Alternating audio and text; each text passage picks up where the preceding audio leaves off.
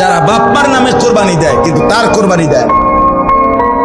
তো বলে বাপ্পার নামে কোরবানি দিত না, অবশ্যই দিব।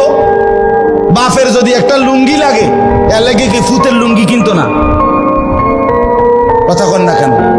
বাপের যদি একটা জামা লাগে, তো এর লেগে কি বাপের জামা আমি দিছি দেখা আমি আর খালি গায়ে আটমু নাকি? তো তাহলে এটা কথা হইল কোনো?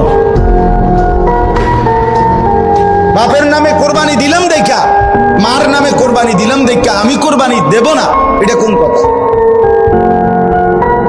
ছেলেটার দোকান অথবা ছেলেটা ঢাকা কাজ করে, চাকরি করে, যেটাই করুক, তে বাইতাইয়া তার কাছে কিন্তু টাকা আছে 60,000-এর বেশি, কিন্তু বাইতাইয়া মাতে না, তার বাপের হাতে টাকা 10,000 দিয়া দেন, আপনি কোরবানি দেন, বুঝতো না খাওন আপনার নামে দেন, মানে মুরব্বী মানুষ, আপনি মরিয়া গেলে আর পাইবেন কোরবানি।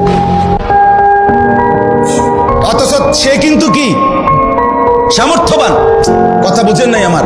তার কাছে টাকা আছে না, এই 10,000 টাকা ছাড়া তার দ্বারা আর টাকা নাই।